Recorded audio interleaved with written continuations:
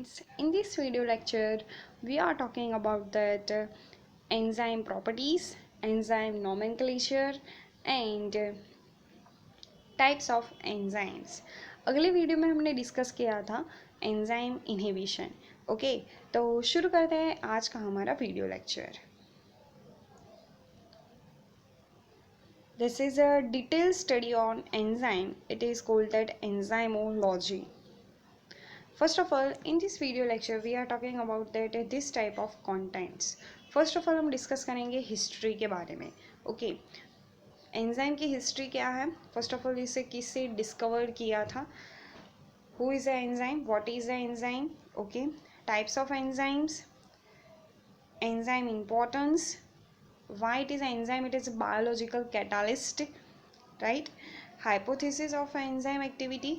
Okay, enzyme की जो activity के हिसाब से कौन कौन से साइंटिस्ट हैं, कौन कौन से हाइपोथेसिस दिए हैं, उसके बारे में हम स्टडी करेंगे। Then after, which factors which are affecting to that enzyme activity.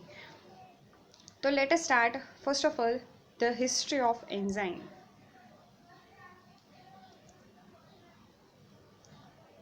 उससे पहले आपको ये क्वेश्चन आना चाहिए कि what are enzymes, right.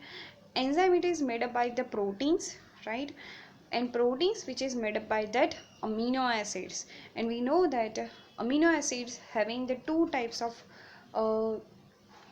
group, यानी कि anionic group and cation group, so that these are amphoteric in nature. Protein also amphoteric in nature and enzyme also amphoteric in nature, right. This is present in that all the types of living cells. Enzymes जो है वो सभी living cells में पाया जाता है। उसका जो मेन मकसद क्या होता है, which is converts the substrate into the products, right. वो क्या करता है, सबस्ट्रेट को प्रोडक्ट में कन्वर्ट करता है, so that it is called that biological catalyst, right. वो कहाँ पर प्रेजेंट है, सभी लिविंग सेल्स में प्रेजेंट है, so that it is called that biological catalyst. उसका वो कैसे सबस्ट्रेट को कैसे प्रोडक्ट में कन्वर्ट करेगा, कैसे, ओके, तो वो क्या करता है, increase the rate of chemical reaction, sorry, increase the rate of chemical reaction. Okay, तो वो केमिकल रिएक्शन को क्या करेगा, फर्स्ट ऑफ ऑल इंक्रीज करेगा, ओके, और the decrease that activation energy. Okay, activation energy को वो क्या कर देगा, डिक्रीज कर देगा। The remain unchanged of that chemical reaction. Okay, तो शुरू करते हैं हिस्ट्री से। हिस्ट्री दी थी फर्स्ट ऑफ ऑल एडवर्ड बुचनर ने, बाय द चांस हो गई थी स्टडी। ओके, डिस्कवरी उन्होंने दी थी, वो डिस्कवर कर रहे थे ईस्ट पर, ओके, ईस्ट पर स्टडी कर रहे थे, और ईस्ट को उन्होंने कल्चर किया था इन दैट सुक्रोज के माध्यम में, यानी कि सुक्रोज के मीडिया में, ओके, और तो बाय चांस ईस्ट ने क्या किया, तो सुक्रोज को जो है ईस्ट के एंजाइम ने उसे ग्लूकोज एंड फ्रुक्टोज में कन्वर्ट कर दिया, सो दैट उसमें से बैड स्मेल आने लगी, और उस बैड स्मेल को ढूंढने के लिए हिसाब से एडवर्ड बुचनर ने जो टाइप्स के जो सब्सटेंस को उन्होंने डिस्कवर किया, उसका नाम दे दिया उन्होंने एंजाइम, राइट। और एंजाइम का ग्रीक मीनिंग है कि in means in, enzyme means yeast. कुछ ईस्ट में ऐसा है कि जो क्या कर रहा है, कुछ कल्चर को ब्रेक कर रहा है, तो ईस्ट में कुछ ऐसा है, वैसा substance means that enzyme. Okay, तो आपको पता चला एंजाइम का मेन मीनिंग क्या है। Okay, which type of the structure which are found in that enzyme. Okay, तो हमें एंजाइम का स्ट्रक्चर कैसे दिखने को मिलेगा हमारे शरीर में। ओके, तो हमने क्या कहा यहाँ पर, आगे ही मैंने कहा कि enzyme which is made up by the protein, protein से बनता है। ओके,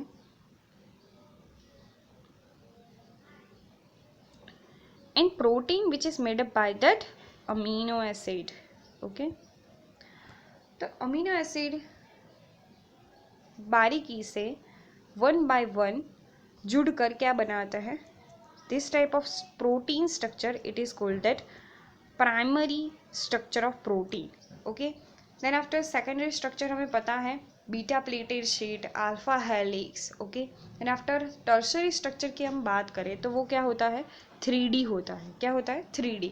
तो हमें जो एंजाइम है उसका स्ट्रक्चर हमें 3D प्रोटीन स्ट्रक्चर के रूप में दिखाएगा। ओके, नॉट 2D और नॉट 1D। ओके, 1 डिग्री में भी हमें एंजाइम नहीं दिखेंगे, 2 डिग्री में भी नहीं देखेंगे। ओनली फॉर ओनली एंजाइम जो है वो हमें टर्सरी स्ट्रक्चर ऑफ प्रोटीन के रूप में दिखेंगे। ओके, तो ये माइंड में बिठा दीजिएगा।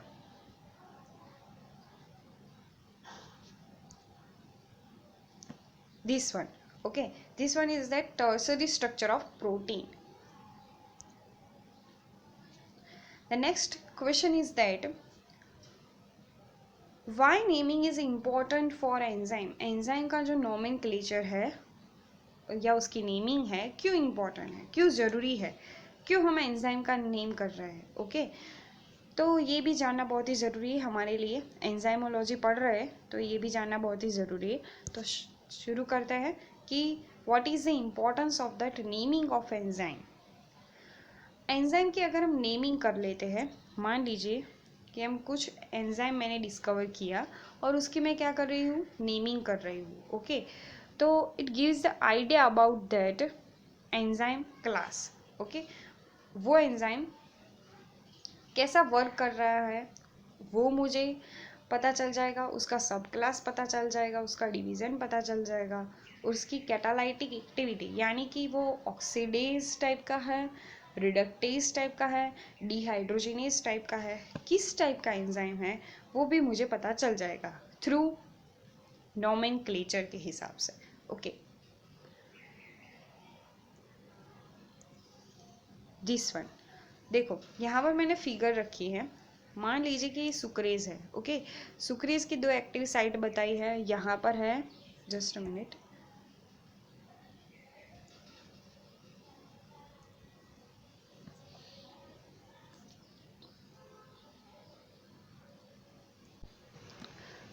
तो सुक्रोज जो है वो क्या है, सुक्रेज का सबस्ट्रेट है, वो आकर सुक्रेज पर बाइंड हो जाता है, ES कॉम्प्लेक्स बन जाता है। देन आफ्टर ES कॉम्प्लेक्स बन जाने के बाद वहाँ पर EP प्रोडक्ट जनरेट हो जाती है, यानी कि एंजाइम प्रोडक्ट सब्सटेंस बन जाता है।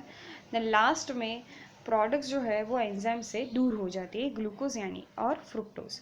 ओके, तो इस टाइप की हमें मैकेनिज्म देखी जाती है। ओके, तो सुक्रेज अगर हमें पता है सुक्रेज, तो नेम से ही पता चल जाता है ना कि उसका जो सबस्ट्रेट है वो क्या होगा, सुक्रोज होगा। ओके, तो इसलिए एंजाइम का नेमिंग करना बहुत ही ज़रूरी है।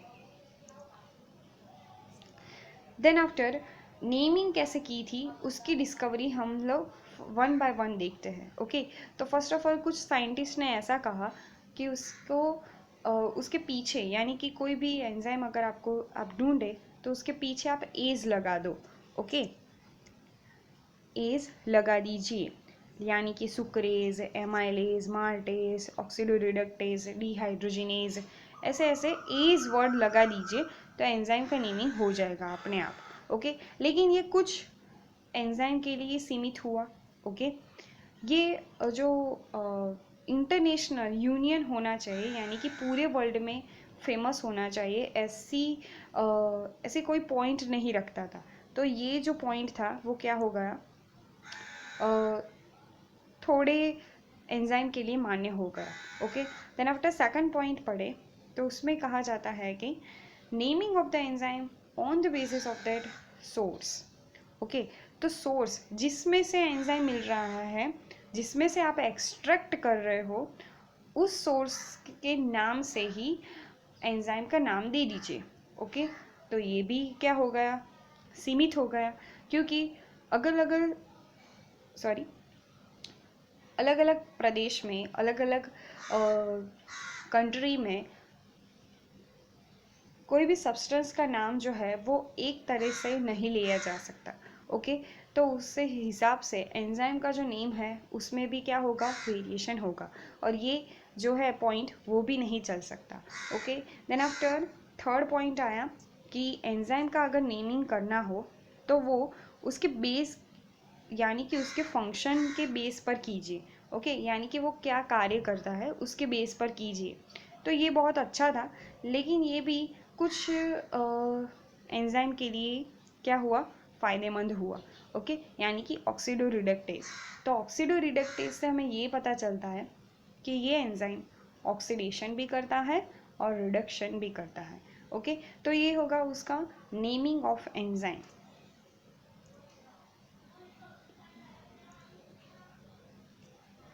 अब आगे चलते हैं नोमेनक्लेचर ऑफ एंजाइम्स या फिर क्लासिफिकेशन ऑफ एंजाइम्स। तो फर्स्ट ऑफ ऑल हम देखते हैं nomenclature.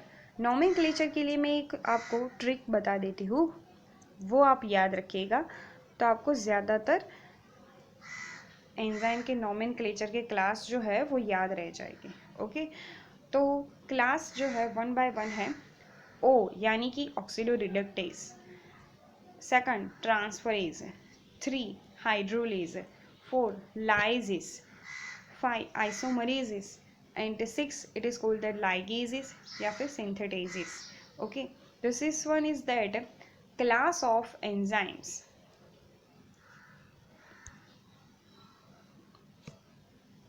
First one is that oxidoreductase.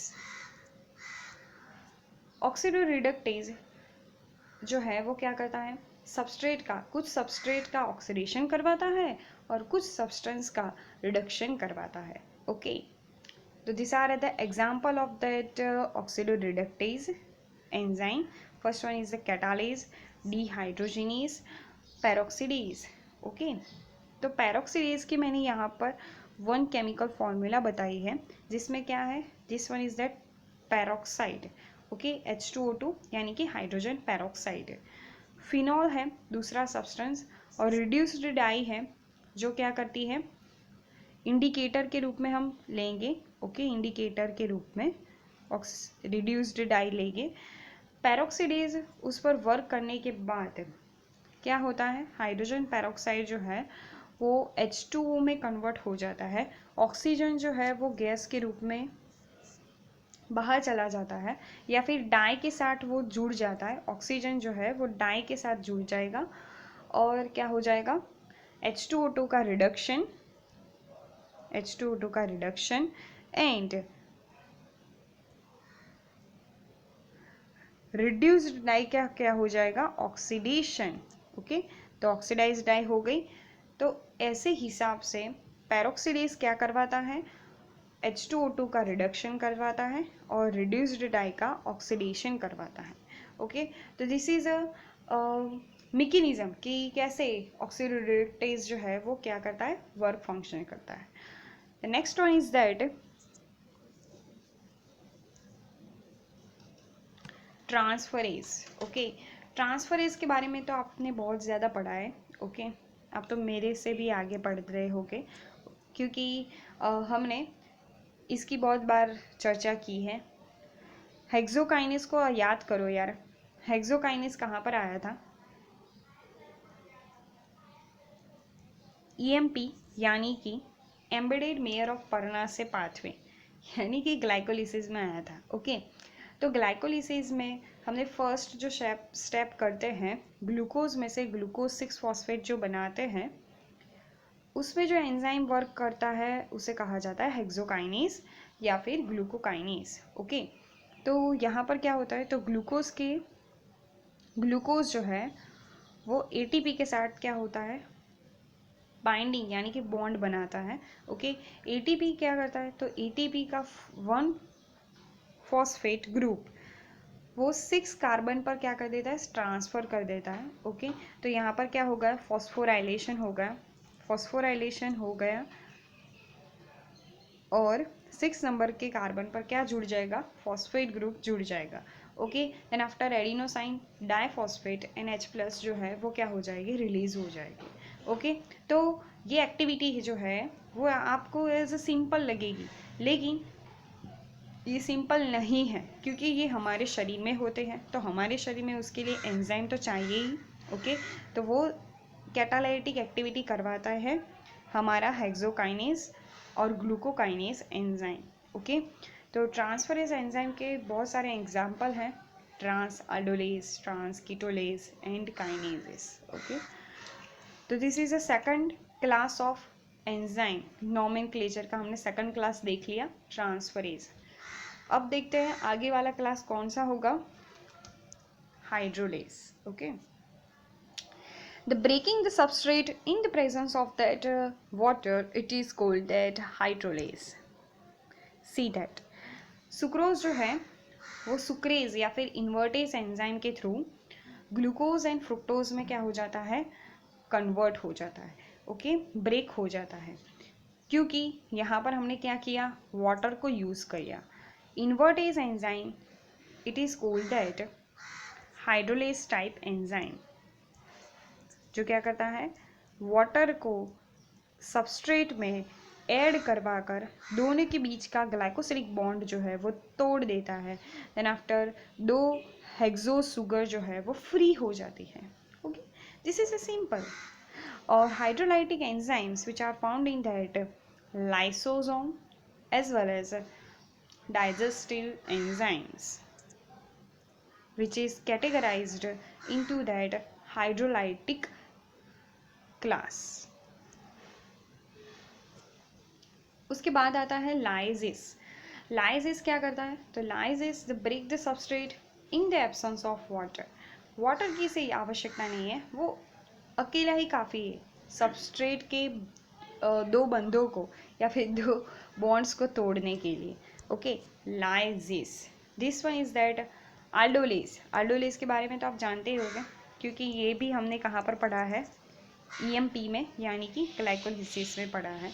Okay, तो आल्डोलेज क्या करता है, आल्डोलेज जो है वो डीएचपी और पीजीएल दोनों को मिलाकर क्या बना देता है, फ्रुक्टोज 1,6 बाइफॉस्फेट। और फ्रुक्टोज 1,6 बाइफॉस्फेट को ब्रेक करके वो क्या बना सकता है, अगेन पीजीएल और डीएचपी बना सकता है। Okay, this one is that lyases type enzyme, जो क्या करता है, कॉम्प्लेक्स स्ट्रक्चर को ब्रेक करके दो स्मॉल स्मॉल स्ट्रक्चर यानी कि दो ट्रायो सुगर्स को फॉर्म कर सकता है बिना वाटर के यूज़ के। ओके, यानी कि यहाँ पर वाटर का यूज़ नहीं होगा, वो क्या करेगा, ब्रेक कर देगा। और यानी कि 6 कार्बन सुगर है, तो वो दो टाइप्स के ट्रायो सुगर का फॉर्म बनाएगा, फ्रुक्टोज 1,6 बाइफॉस्फेट को डीएचपी और पीजीएल में कन्वर्ट करेगा। Then after isomerases. Isomerases is that fifth class of nomenclature of enzyme. Isomerases which is convert isomer to the another isomer. See that this one is that phosphohexo isomerase जो है वो क्या करता है, glucose 6 phosphate को fructose 6 phosphate में convert करता है। ओके, ग्लूकोज और फ्रुक्टोज जो है वो दोनों ही एक दूसरे के क्या है, आइसोमर है। ओके, क्योंकि उनकी जो स्ट्रक्चरल फॉर्मूला है वो ही अलग अलग है, उसकी जो मॉलिक्यूलर फॉर्मूला है वो क्या है, आपको पता ही है, C6H12O6, राइट। लेकिन उसकी जो स्ट्रक्चरल फॉर्मूला है उसमें ही क्या होता है, डिफ्रेंशिएशन होता है। आपको पता है कि सेकंड कार्बन पर फ्रुक्टोज में क्या है, कीटोन ग्रुप, और ग्लूकोज के फर्स्ट कार्बन पर क्या है, aldehyde group. Okay, both are isomers. तो फॉस्फोहेक्सोज आइसोमरेज जो क्या करता है, ग्लूकोज 6 फॉस्फेट को फ्रुक्टोज 6 फॉस्फेट में कन्वर्ट करता है। ओके, ये रिवर्सिबल प्रोसेस है। The last group of that enzyme nomenclature is that ligases. Ligases क्या करता है, तो forms the bond. This one is that just a minute, मैं आगे आपको समझाना चाहती थी। Forms the bonds में आएगा हमारा DNA ligase. Okay, DNA replication में पढ़ा था हमने, DNA ligase जो क्या करता है, ओकाज़ाकी फ्रेगमेंट्स को जोड़ने का ओकाज़ाकी फ्रेगमेंट्स को जोड़ने का काम करेगा ये। मान लीजिए कि ये क्या है, ये ब्लू कलर का जो है वो है डीएनए लाइगेज, और ये जो येलो कलर का है वो है हमारा क्या है, डीएनए का फ्रेगमेंट्स, यानी कि ओकाज़ाकी फ्रेगमेंट्स है। तो उसे जोड़ने का काम कौन करेगा, डीएनए लाइगेज। और this are that example of that ligases type enzyme. अब आगे चलते हैं, जिसमें हम पढ़ेंगे टाइप्स ऑफ एंजाइम्स। दो टाइप्स के हैं, simple and conjugative. Simple type of enzymes which are only made up by that protein, okay, जो प्रोटीन से बना हुआ होता है, जिसमें कोई भी टाइप्स का मेटल या फिर नॉन मेटल या फिर कोई विटामिन कोई भी नहीं आया होता, okay, which is made up by that only for only protein like that trypsin. Second one example is that conjugative protein. So conjugative protein में आप देख सकते हैं, यहाँ पर मैंने एक चार्ट बनाया है, सो आप समझ पाए और इससे क्या कर पाए, ड्रॉ कर पाए, ओके। देखिए, फर्स्ट ऑफ ऑल बारीकी से हम समझते हैं। कॉन्जुगेटिव, यहाँ पर क्या है, मिक्सचर है। वन क्या होगा, प्रोटीन पार्ट होगा, सेकंड पार्ट जो क्या होगा, नॉन प्रोटीन पार्ट होगा, ओके। नॉन प्रोटीन पार्ट में दो हो सकते हैं, नॉन प्रोटीन पार्ट ऑर्गेनिक भी हो सकता है और इनऑर्गेनिक भी हो सकता है। अगर ऑर्गेनिक हुआ तो उसमें अगर कोई सब्सटेंस जो है वो प्रोटीन पार्ट से वो क्या करता है, लूजली बाउंड होते हैं, तो उसे हम क्या कहेंगे, को एंजाइम, ओके। लूजली बाउंड को एंजाइम जो है वो प्रोटीन पार्ट से अपना लूज बॉन्ड बनाते हैं, ओके। तुरंत ही हम उसे ब्रेक कर सकते हैं, वैसा बॉन्ड बनाते हैं। लेकिन प्रोस्थेटिक ग्रुप जो है वो प्रोटीन पार्ट से बहुत ही ज़्यादा स्ट्रॉन्ग बॉन्ड बनाते हैं। This is called that prosthetic group, okay. Then after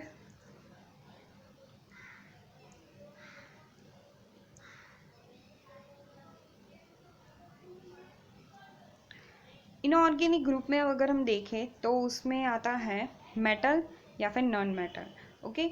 metal या फिर नॉन मेटल आएगा, ओके। तो this is a flow diagram of that conjugative protein. Conjugative protein में क्या क्या आता है उसका हमने क्या बनाया है, वन फ्लो चार्ट बनाया है, ओके।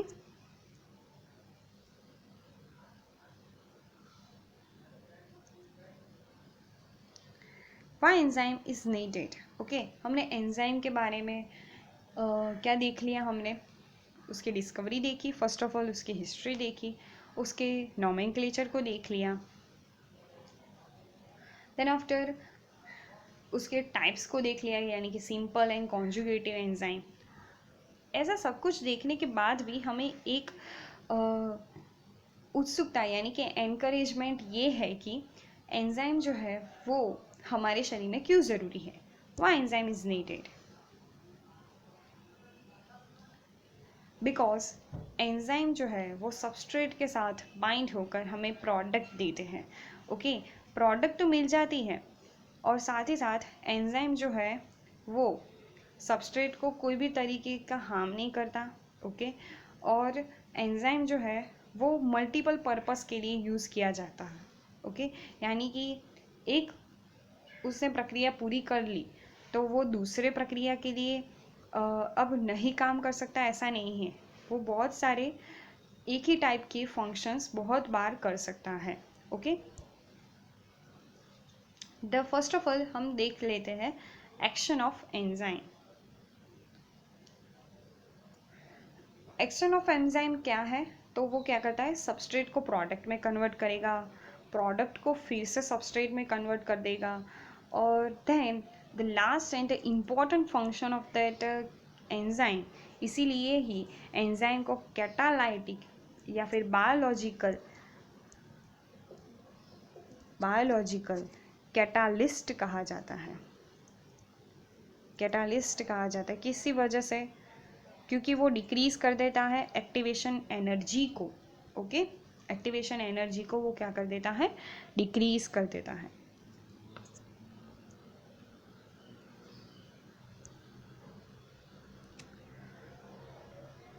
उसके बाद हम देखते हैं हाइपोथेसिस ऑफ एंजाइम एक्टिविटी। तो दो साइंटिस्ट थे, एमिल फिशर और कॉसलैंड ने दो अलग अलग हाइपोथेसिस दिए। उनका मानना ये था, यानी कि एमिल फिशर ने दिया लॉक एंड की मॉडल और कॉसलैंड ने दिया हैंड इन ग्लोव मॉडल, यानी कि induced fit theory.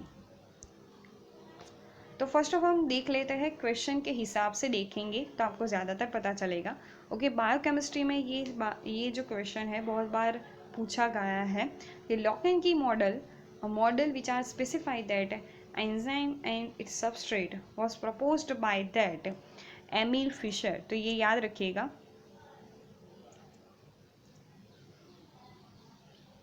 Okay, Emil Fischer ने ये मॉडल दिया था जिसमें कहा गया है कि ये बताया है हमारा सबस्ट्रेट और ये है एंजाइम। ओके, तो हर एक एंजाइम को एक्टिव करने के लिए वन टाइप ऑफ स्पेसिफिक की होती है और वो की क्या है, सबस्ट्रेट। ओके, ऐसा किसने डिस्कवर किया, हमने नहीं डिस्कवर किया। ओके, किसने डिस्कवर किया है, एमिल फिशर ने। ओके, और इस हाइपोथेसिस का क्या कंक्लूजन निकला है वो हम देख लेते हैं। फर्स्ट ऑफ ऑल उसका कंक्लूजन ये निकला कि enzyme active site is static है, यानी कि अगर हम जो है वो क्या करें, ऐसी ही चाबी अगर हम बना के लाए, ऐसी चाबी उसके जैसी ही चाबी, तो ये एंजाइम जो है वो एक्टिवेट हो जाएगा। लेकिन उसमें इस सबस्ट्रेट के हिसाब से अगर कोई भी चेंज हुआ, यानी कि ऐसा नहीं हुआ सबस्ट्रेट, ओके, तो ये एंजाइम जो है वो एक्टिवेट नहीं होगा। ओके, और इसमें वो फिक्स भी नहीं होगा। ओके, आपने मान लीजिए कि कोई भी आपके पास ताला है और वो ताले की चाबी आपके पास थी, वो अब गुम हो चुकी है, तो क्या करेंगे, तो वो दूसरी नई बनानी पड़ेगी तो ही वो ताला खुलेगा। ओके, दूसरी चाबी से हम वो ताला नहीं खोल सकते। तो ऐसा कहा था first of all Emil Fischer ने, और उनका कंक्लूजन ये निकला कि एंजाइम की जो एक्टिव साइट है, कि जहाँ से सबस्ट्रेट जो है वो जुड़ जाते हैं एंजाइम के साथ, वैसी साइट जिसे हम क्या कहते हैं, एक्टिव साइट, वो क्या है, स्टेटिक है। ओके, यानी कि वो बदलाती नहीं है, वो वैसी की वैसी ही रहेगी, एंजाइम का स्ट्रक्चर वैसा का वैसा ही रहेगा। तो ये कंक्लूजन निकला लॉक एंड की मॉडल के हिसाब से। Okay, then after induced fit theory आई। इंड्यूस्ड फिट थियरी को hand in glove fit theory भी कहा जाता है। ओके, यानी कि आपके पास कोई ग्लव है, ओके, हैंड का वन ग्लव है, तो वो क्या होगा, फर्स्ट ऑफ ऑल कैसा होगा, उसका कोई भी शेप नहीं होगा, लेकिन जैसे ही आप अपने हैंड में डालोगे वैसा ही वो शेप क्या कर देगा, अपना लेगा। ओके, तो this is called that hand in glove theory. वैसे ही थियरी जिसे कहा जाता है, दूसरा उसका नेम है इंड्यूस्ड फिट थियरी। आप देख सकते हैं यहाँ पर मैं आपको दिखाना चाह रही हूँ कि ये है सबस्ट्रेट इस एंजाइम का। ओके, तो सबस्ट्रेट की जो फिट होने की जो साइट है, ओके, वो साइट एंजाइम के स्ट्रक्चर से तो मैच नहीं हो रही है। ओके, फिर भी ईएस कॉम्प्लेक्स जो है वो फॉर्म हो रहा है, क्योंकि एंजाइम ने क्या किया, देखिए आप उसके स्ट्रक्चर को ध्यान से देखिए, कुछ इस टाइप का स्ट्रक्चर था उसका, लेकिन उसने बदल कर क्या कर दिया, इस टाइप का स्ट्रक्चर डाल दिया, जिसके हिसाब से सबस्ट्रेट जो है वो उसके उस पर आकर बाइंड हो पाए। ओके, तो इंड्यूस फिट थियरी का कंक्लूजन ये निकला कि enzyme active site is not static but it is a dynamic. क्या है, डायनेमिक। सबस्ट्रेट के हिसाब से एंजाइम जो है वो क्या कर लेता है, अपनी स्ट्रक्चर में चेंज ला सकता है। ऐसा नहीं है कि वो स्टेटिक है। डायनेमिक है। Okay, dynamic. अब आप देखते हैं हमारे वीडियो का लास्ट टॉपिक, जिसका नाम है फैक्टर्स अफेक्टिंग एंजाइम एक्टिविटी। कौन कौन से एंजाइम कौन कौन से फैक्टर्स जो है वो एंजाइम की एक्टिविटी को अफेक्ट कर रहे हैं अलग अलग तरीके से। लाइक दैट, फर्स्ट आता है temperature, then after pH, third one is that concentration of substrate.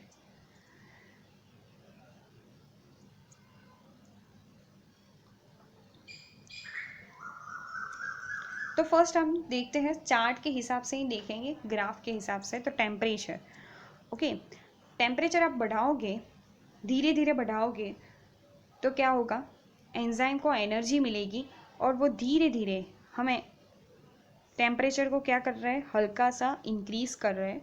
Okay, तो ऑप्टिमम कहाँ पर हो जाता है उसका जो टेम्परेचर, 20 to 40 डिग्री रेंज में एंजाइम जो है उसका जो वर्क फंक्शन है वो क्या होता है, ऑप्टिमम होता है, ऑप्टिमम। लेकिन उसके बाद भी मैं क्या कर रही हूँ, टेम्परेचर को बढ़ाती जा रही हूँ। ओके, तो क्या होगा, लास्ट में एंजाइम जो है वो किससे बना हुआ है, प्रोटीन से। और प्रोटीन जो है अगर उसे हम क्या करें, हाई टेम्परेचर दे, तो उसका जो बॉन्ड है, यानी कि हाइड्रोजन बॉन्ड है, हाइड्रोफोबिक बॉन्ड है, यानी कि उसके जो हाइड्रोजन बॉन्ड्स हैं उसके स्ट्रक्चर में, वो क्या हो जाएंगे, ब्रेक हो जाएंगे। Break this hydrogen bonds in high temperature. तो हाई टेम्परेचर पर एंजाइम क्या हो जाता है, डीनेचर, और लो टेम्परेचर दे तो इनएक्टिव।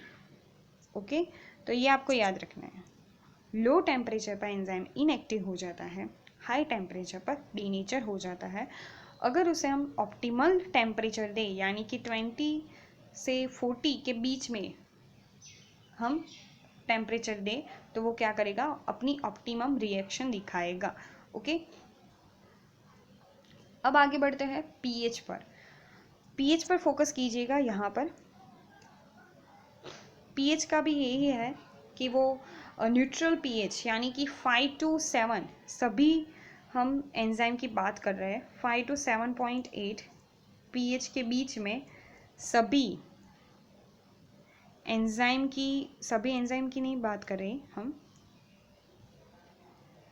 नॉर्मल हम जो एंजाइम देख रहे हैं, हमारे जो डाइजेस्टिव एंजाइम की अगर हम बात करें, तो डाइजेस्टिव एंजाइम जो है वो 5 to 7.8 पीएच के बीच में क्या होते हैं, अपनी ऑप्टिमम एक्टिविटी जो है वो दिखाते हैं। कहाँ पर, 5 to 7.8 के बीच की रेंज में। ओके, अब आगे देखते हैं concentration of substrate. Okay, substrate की कॉन्सेंट्रेशन बढ़ाते जाओ तो आपको क्या मिलेगा। ओके, यहाँ पर मैं आपको कहना भूल गई, जस्ट अ मिनट, आगे आ जाइए। यहाँ पर जो आपको शेप मिल रहा है वो किस टाइप का शेप है, किस टाइप का ग्राफ है, बेल शेपेड ग्राफ। क्या है, बेल शेपेड ग्राफ है। ओके, पीएच में भी कैसा ग्राफ मिल रहा है आपको, बेल शेपेड ग्राफ। लेकिन यहाँ पर आप देखिए, यहाँ पर आपको कैसा ग्राफ मिल रहा है, बेल शेपेड मिल रहा है, नो। ओके, किस टाइप का मिल रहा है, रेक्टेंगुलर हाइपरबोला। तो ये मैं क्या कर रही हूँ, सबस्ट्रेट की कॉन्सेंट्रेशन धीरे धीरे बढ़ा रही हूँ। तो एक समय पर क्या होगा, सबस्ट्रेट की कॉन्सेंट्रेशन बढ़ाने से रिएक्शन जो है वो मैक्सिमम हो जाएगी। ओके, उसका जो वेलोसिटी रेट है वो मैक्सिमम हो जाएगा। उसके बाद मैं बढ़ाती ही रहूँ सबस्ट्रेट की कॉन्सेंट्रेशन, फिर भी उसका जो रेट है वो कैसा रहेगा, स्टेटिक हो जाएगा, यानी कि स्ट्रेट हो जाएगा। This is called that hyper rectangular shaped graph. Okay,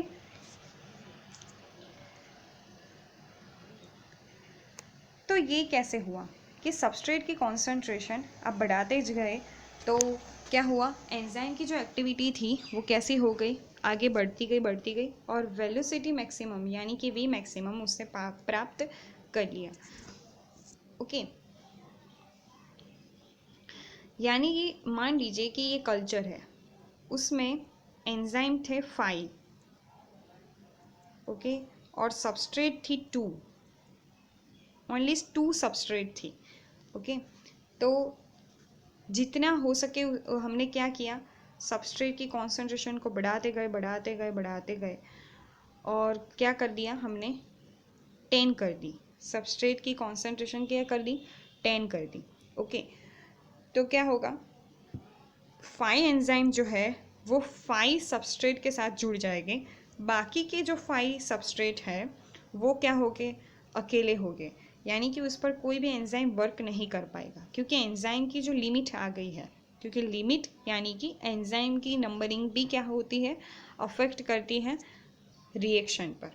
कौन से एंजाइम है और किस टाइप के एंजाइम है और उसकी नंबरिंग क्या है, वो सारे फैक्टर्स जो है वो रिएक्शन पर अफेक्ट करते हैं, ओके। तो ये हो गया सिंपल सी बात।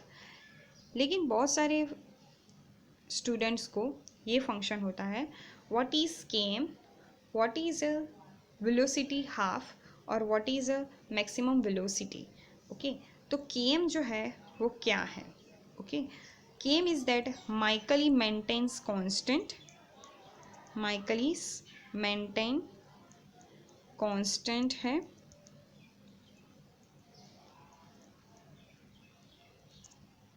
जो क्या है, सबस्ट्रेट कॉन्सेंट्रेशन का इंडिकेटर है कि इस सबस्ट्रेट की इस जगह पर, यानी कि अगर हम 5 सबस्ट्रेट है और कल्चर में 5 एंजाइम है, ओके, तो केम क्या हो गया, 5 हो गया, ओके। तो यहाँ पर रिएक्शन जो है वो क्या हो गई है, मैक्सिमम हो चुके हैं। उसकी हाफ यानी कि वेलोसिटी मैक्सिमम रेट हो गया है 10, और यहाँ पर हम हाफ लेते हैं 5, ओके। तो 5 तक जो है वो क्या होगा, उसका केम होगा, ओके। जस्ट मिनट, यहाँ पर मैं आपको समझाती हूँ।